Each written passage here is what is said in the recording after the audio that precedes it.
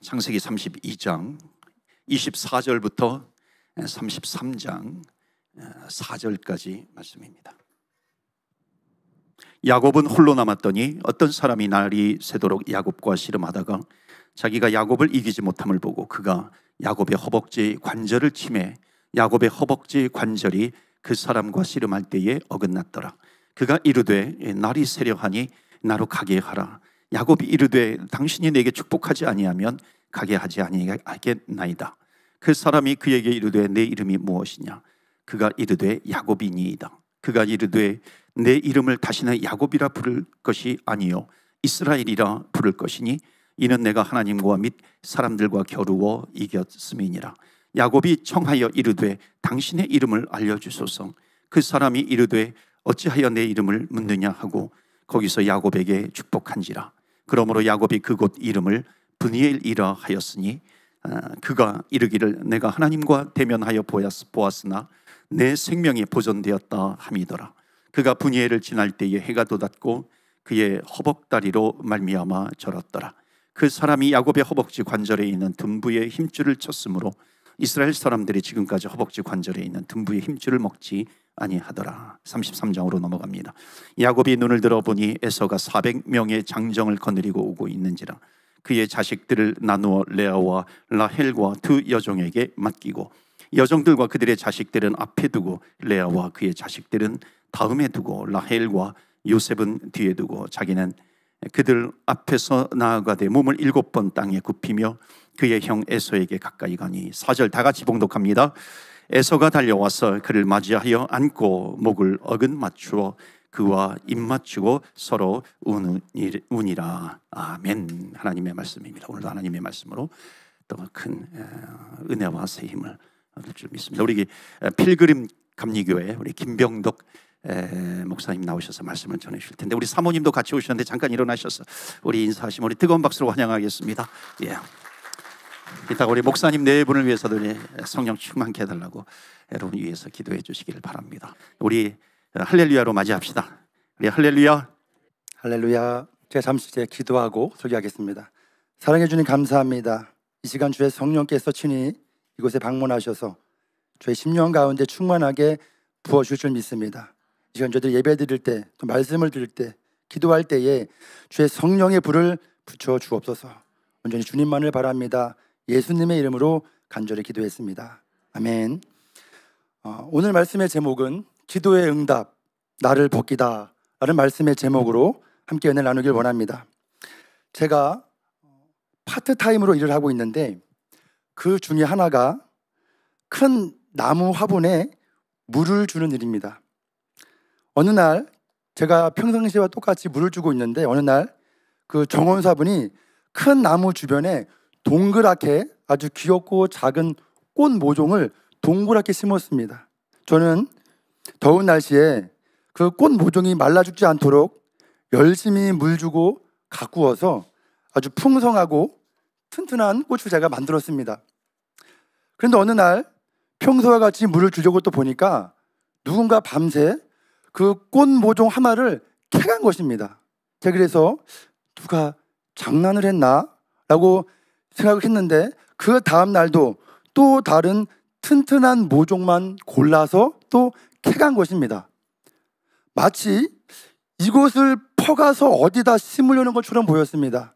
가만 보니 나의 꽃밭을 가꾸려고 남의 정원에 꽃을 가져다 심은 것이 아닌가라는 생각이 들었습니다. 이 모습은 마치 오늘 본문에 나오는 야곱의 삶을 보여주는 것처럼 보입니다.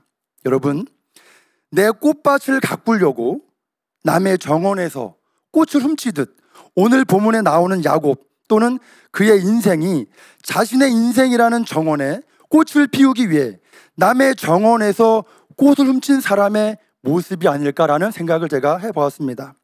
우리는 오늘 본문을 좀 더 잘 이해하기 위해서 이 야곱이라는 사람에 대해서 우리는 먼저 깊이 이해하는 것이 중요합니다. 야곱이란 누구인가? 성경에서 야곱을 어떻게 말하는가? 야곱에 대해서 창세기 25장 26절에 이렇게 얘기합니다.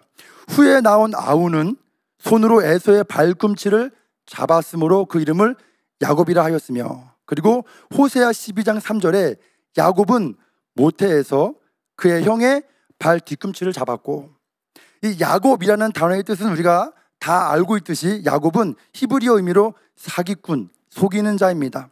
이 야곱의 히브리 단어의 사전적 의미에는 발 뒤꿈치를 잡다, 교활하게 공격하다, 교활함으로 뛰어나다, 약삭 빠름으로 넘어서다라는 의미가 있습니다. 제가 이 단어 설명을 하는 이유는 야곱이라는 단어 의미 안에 어떤 이미지가 있는가 하면 남보다 능력 또는 재능에 있어서 우세하고 탁월함의 이미지가 있기 때문입니다.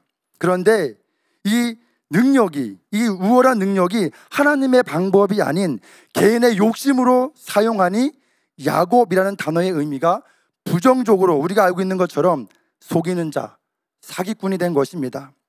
제가 인터넷에 보니까 이런 재미있는 표현이 있더라고요. 천재와 사기꾼은 종이 한 장 차이다. 천재는 다수를 먹여 살리고 사기꾼은 다수를 등을 쳐 먹는다. 여러분, 야곱은 정말 약삭 빠릅니다. 눈치가 빠릅니다. 야곱은 머리가 정말 좋습니다. 아주 유능합니다. 기회를 놓치지 않습니다. 수완이 좋습니다. 위기 대처 능력이 정말 뛰어납니다. 그러니 야곱은 선천적으로 태어나길 뛰어나고 능력이 좋아 인생에서 성공할 수 있는 조건을 갖췄습니다. 그런데 이 성공을 하는 방법에 있어서 개인의 욕심과 이익만을 위해서 그 재능이 사용되니 그의 재능은 거짓과 사기로 열매를 맺었습니다. 형을 속이고 아버지를 속이고 삼촌 라반을 속입니다. 여기서 우리가 야곱을 생각할 때 또 한 가지 우리가 기억해야 할 부분이 있습니다. 야곱은 믿음의 명문 가문 출신이라는 것입니다. 평범한 믿음의 가문이 아니라 정통 믿음의 가문, 믿음의 조상 아브라함의 가문 출신입니다. 따라서 야곱은 아버지 이삭으로부터 하나님에 대한 신앙 교육을 잘 받았을 것입니다. 특히 할아버지 그 아브라함의 신앙, 믿음에 대해서 잘 배웠을 것입니다. 창세기 20장 7절에 보면 아브라함을 선지자 또는 대변자라고도 표현합니다. 요즘 시대로 쉽게 표현하면 야곱은 믿음의 3대째. 그러니까 이름만 대면 우리가 훌륭하다고 존경받는 이 시대 주기철 목사님, 손양원 목사님 그 이상의 믿음을 가지고 있는, 믿음의 가문을 가지고 있는 뼈대 있는 가문 출신이라는 것입니다. 그러니 신앙에 대해서 아주 어릴 적부터 많이 배웠을 것입니다. 야곱은 또한 성경에 보면 위기의 순간마다 하나님을 경험도 합니다. 삼촌 라반의 집으로 도망가다가 하나님을 만납니다. 정리하면 야곱의 삶은 믿음의 모습과 거짓의 모습이 섞여 있는 인생이다라는 것입니다. 제가 며칠 전에 세미나에서 이런 설명을 들었습니다. 2020년에 한국 국민 20세에서 60세 사이 1000명을 온라인으로 조사했습니다. 요즘 한국 종교인들에 대한 인식 조사입니다. 특히 한국 국민들이 크리스찬들을 바라보는 시각입니다. 어떠한 표현들이 있냐면 사기꾼 같다. 이건 제 의견이 아니라 이건 객관적인 조사입니다. 사기꾼 같다, 부패하다, 비윤리적이다, 배려가 없다, 독단적이다, 거리를 두고 싶다, 배타적이다, 비합리적이다, 이중적이다, 위선적이다. 교회 밖에서 우리를 보는 시각이 이렇게 부정적이라는 것입니다. 바로 야곱의 이미지와 비슷하지 않는가라는 생각을 제가 해보았습니다. 이제 오늘 본문으로 돌아와서 이 야곱이 인생의 최대 고비를 맞이합니다. 바로 삼촌 라반을 피해 고향으로 돌아가는데 자신에게 분노를 품던 에서 형이 본인을 죽이겠다고 그를 찾아옵니다. 사기를 친 사람은 시간이 지나면 자신이 한 짓을 잊을 수는 있어도 이 사기를 당한 사람은 평생 그걸 잊지 못합니다. 형 에서는 자신의 장자권과 축복권을 빼앗고 도망간 동생 야곱을 어떻게 잊을 수 있겠습니까? 걸리기만 해라, 내가 너를 반드시 죽이겠다, 속에 분을 품고 있죠. 겉으로 보기에는 대대로 믿음 좋은 가문, 가정처럼 보이지만 그 믿음 좋은 야곱의 가정의 내막을 들여다보면 어머니 라헬이 하나님의 뜻을 자신의 방법으로 이루려고 시도하다가 형과 동 사이에 이 중간 역할을 잘못해서 형제 간에 넘지 말아야 할 선을 넘게 만들었습니다. 언제라도 형제 간에 살인 사건이 발생할 수 있는 아주 불안한 믿음의 가정이 되었다는 겁니다. 오늘 본문 바로 위에 32장 11절에 야곱의 기도가 나옵니다. 이렇게 기도하죠. 부디 제 형의 손에서, 에서의 손에서 저를 건져 주십시오. 저를 살려 주십시오. 형이 와서 저를 치고 아내들과 자식들까지 죽일까 제가 너무 두렵습니다. 야곱은 형 에서 문제를 놓고 하나님께 간절히 기도합니다. 성경 본문 29절에서 야곱이 기도의 응답을 얻었습니다. 야곱의 기도가 이루어졌다고 성경은 기록합니다. 우리는 오늘 본문을 쉽게 해피엔딩으로 우리는 이해할 수 있습니다. 그런데 과연 야곱의 상황이 해피엔딩인가? 사실 기도의 응답을 받았다고 하는 야곱의 실제 현실 상황은 해피엔딩처럼 보이지 않습니다. 제가 다시 한번 읽겠습니다. 24절에 야곱은 홀로 남았더니 어떤 사람이 날이 새도록 야곱과 씨름하다가 자기가 야곱을 이기지 못함을 보고 그가 야곱의 허벅지 관절을 치매 야곱의 허벅지 관절이 그 사람과 씨름할 때에 어긋났더라. 그가 이르되 날이 새려하니 나로 가게 하라. 야곱이 이르되 당신이 내게 축복하지 아니하면 가게 하지 아니하겠나이다. 여러분, 야곱의 기도가 얼마나 간절한지 기도를 씨름으로 표현합니다. 원어와 영어 성경에는 레슬링 했다라고 표현합니다. 기도를 레슬링처럼 정말 죽기 살기로 했다는 것입니다. 어차피 죽을 목숨 해결해 주지 않으면, 하나님이 해결해 주시지 않으면 내가 죽으면 죽으리라. 야곱이 하나님을 붙잡고 놓질 않습니다. 안 되겠다.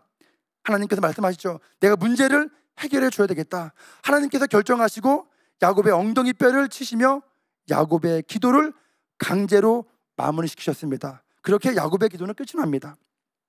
우리가 영적인 측면을 바라보면 야곱의 기도는 응답을 얻었습니다. 그런데 현실은 어떠한가? 야곱의 엉덩이 뼈가 다쳐서 절뚝발이가 되었습니다.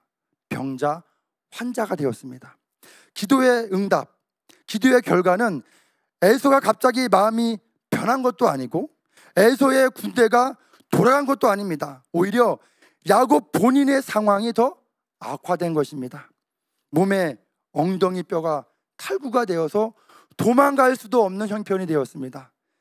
우리가 현실적인 눈, 이 세상적인 눈으로 보면 전보다 더 악화된 상황입니다. 요즘 버전으로 설명을 하면 예를 들어서 이런 느낌이죠. 믿음 좋은 권사님께서 식당을 하시는데 요즘처럼 너무 경기가 좋지 않습니다. 직원들 월급 줄 형편도 안 됩니다. 본인 혼자 일을 다 맡아서 해야 합니다. 대출 받아서 오픈한 것인데 정말 망하게 생겼습니다. 그래서 밤새 철야기도를 합니다. 새벽까지 하나님께 해결책을 달라고, 우리 이 가게를 좀 살려달라고 울고 불며 하나님께 간절히 기도합니다. 그런데 새벽녘에 환상 중에 기도하다가 하나님을 만납니다. 하나님 말씀하시죠. 내가 너를 축복해 주겠다, 해결해 주겠다, 문제를 내가 해결해 주겠다 말씀하십니다. 그런데 이 권사님이 얼마나 간절히 애쓰면서 간절히 기도했는지 그만 엉덩이 뼈가 탈골되어서 절뚝발이 신세가 되었습니다. 여러분, 아침이면 당장 식당 가서 장사를 해야 합니다. 서빙도 해야 하고 주방 일도 해야 하고 카운터도 지금 봐야 합니다. 하나님께서 축복해 주겠다고 확답은 받았지만 현실은 걷기조차 어려운 상황이 되었다는 겁니다. 아예 일하러 식당에 갈 수 없는 상황이 되었다는 것입니다. 기도하기 전보다 더 현실 상황은 더 악화되었습니다.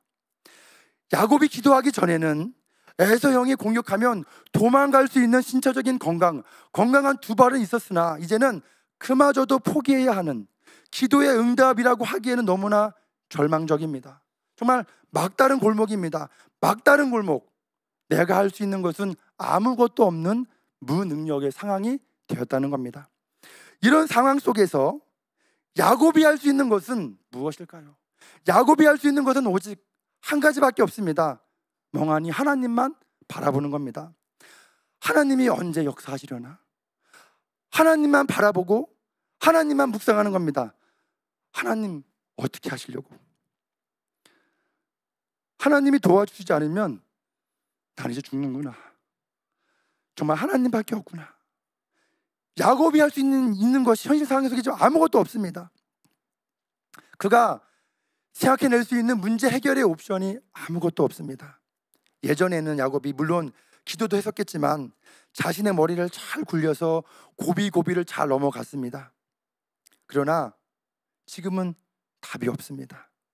야곱이 기도가 끝난 이후에 야곱 자신이 할 수 있는 일이 아무것도 없습니다. 여러분, 이번에는 하나님께서 야곱의 잔머리, 야곱의 속임, 야곱의 거짓, 야곱의 꾀가 더 이상 힘을 발휘할 수 없도록 만들어 버리셨습니다. 그의 잔머리, 꾀, 속임수, 야곱의 인생의 경험, 야곱의 지혜, 야곱의 지식을 완전히 무력하게 만드셨습니다. 우리가 잘 알고 있는 이 기도의 거장 조지 뮬러라는 분이 있습니다. 그분이 본인의 기도 생활에 대해서 한 말씀이 있습니다. 자신의 기도 생활 중에서 가장 중요한 부분은 아멘으로 기도를 마친 이후에 15분이라고 말했습니다.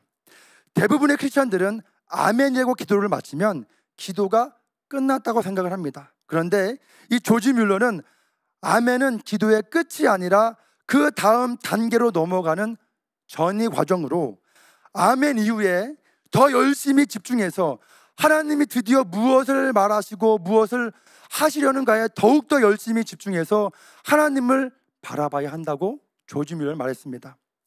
하나님이 야곱을 절뚝발이 무능력자로 만들었습니다. 마치 하나님이 강권적으로 야곱의 생각과 능력을 막으신 것 같습니다.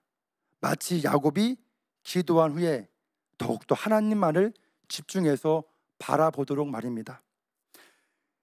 야곱이 바라는 기도의 응답은 형 에서의 마음을 바꾸는 것입니다. 그러나 하나님의 응답은 단순히 에서의 마음을 바꾸는 것으로는 부족하셨습니다. 하나님의 응답은 야곱도 바꾸셔야 했습니다. 야곱의 영적 체질이 개선되어야 했습니다. 더 이상 사기꾼 야곱으로는 안 됩니다. 단순히 에서형 마음을 돌이키는 것으로는 안 됩니다. 하나님께서 에서형의 마음을 바꾸셔서 야곱과 좋은 관계를 만들 수도 있습니다. 그러나 정작 야곱이 바뀌지 않고서는 제2의 에서, 제3의 에서, 제2의 라반, 제3의 라반, 이렇게 야곱은 계속해서 자신의 인생 속에 또 다른 적을 만들어 갈 것입니다. 야곱은 다시 태어나야 했습니다. 그래서 하나님은 야곱에게서 야곱을 벗겨내십니다. 야곱에게서 야곱의 과거의 인생을 벗겨내십니다. 야곱에게서 야곱의 그 사기꾼의 인생을 벗겨내십니다. 야곱에게서 과거의 거짓의 인생을 벗겨내십니다.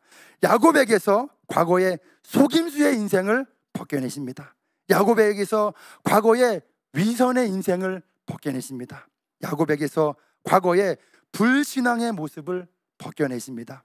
여러분, 야곱은 기도의 응답을 바라보지만 하나님은 야곱을 지금 바라보고 계십니다. 본문 28절에 그가 이르되, 하나님이 이르되 내 이름을 다시는 야곱이라 부를 것이 아니요 이스라엘이라 부를 것이니 이는 내가 하나님과 및 사람들과 겨루어 이기었음이니라. 하나님은 영적으로 야곱을 거듭나게 하십니다.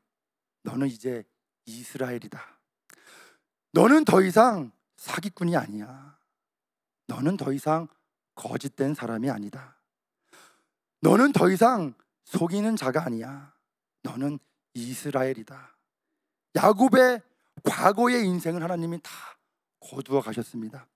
영적으로는 이스라엘로 변화시키셨고 현실적인 방법으로는 엉덩이뼈를 탈구시키셨습니다. 절뚝발이 무력한 자, 더 이상 과거 야곱이 힘쓰지 못하도록 말입니다. 영적으로 변화된 야곱의 이름, 이스라엘의 의미를 우리가 다 아시죠? 일반적으로 이스라엘의 그 엘은 히브리어로 하나님을 말합니다. 이스라엘, 그 의미는 하나님이 싸우신다, 하나님이 고군분투하신다, 하나님이 우세하시다라는 뜻입니다. 하나님께서 이전에는 야곱의 인생 밖에서 이렇게 야곱이 어떻게 하시나 지켜보고 계셨다면, 이제는 적극적으로 자신의 이익을 위해 음모를 꾸미던 교활한 책략가 야곱의 삶 속에 친히 개입하셔서 야곱의 죄된 자아, 죄의 본성대로 야곱이 생각하고 행동하지 못하도록 야곱의 자아와 내가 직접 싸우겠다. 야곱이 하나님이 기뻐하시는 축복을 받도록 어떻게 하든지 올바른 길로 가도록 하나님께서 힘써 야곱과 싸우겠다. 더 이상 야곱의 인생 속에 야곱이 이기지 못하도록 하겠다. 하나님, 내가 이기겠다. 이스라엘, 하나님이 이긴 자 이스라엘입니다. 오늘 말씀의 제목, 기도의 응답, 나를 벗기다. 여러분, 기도의 응답, 나는 죽고 이스라엘, 하나님이 이기시다. 창세기 34장에 보면 결국 야곱의 기도는 이루어졌습니다. 그러나 그 과정 속에서 하나님이 하신 일은 야곱에게서 야곱을 벗겨내신 겁니다. 야곱의 그 거짓, 그 자아 속에 깊이 뿌리 박힌 그 거짓된 성품과 성격을 벗겨내십니다. 그것이 진정 야곱의 육신적 기도의 응답 안에 숨겨진 영적인 기도의 응답입니다. 외면적인 눈에 보이는 현실적인 응답과 함께 이루어지는 영적인 응답입니다.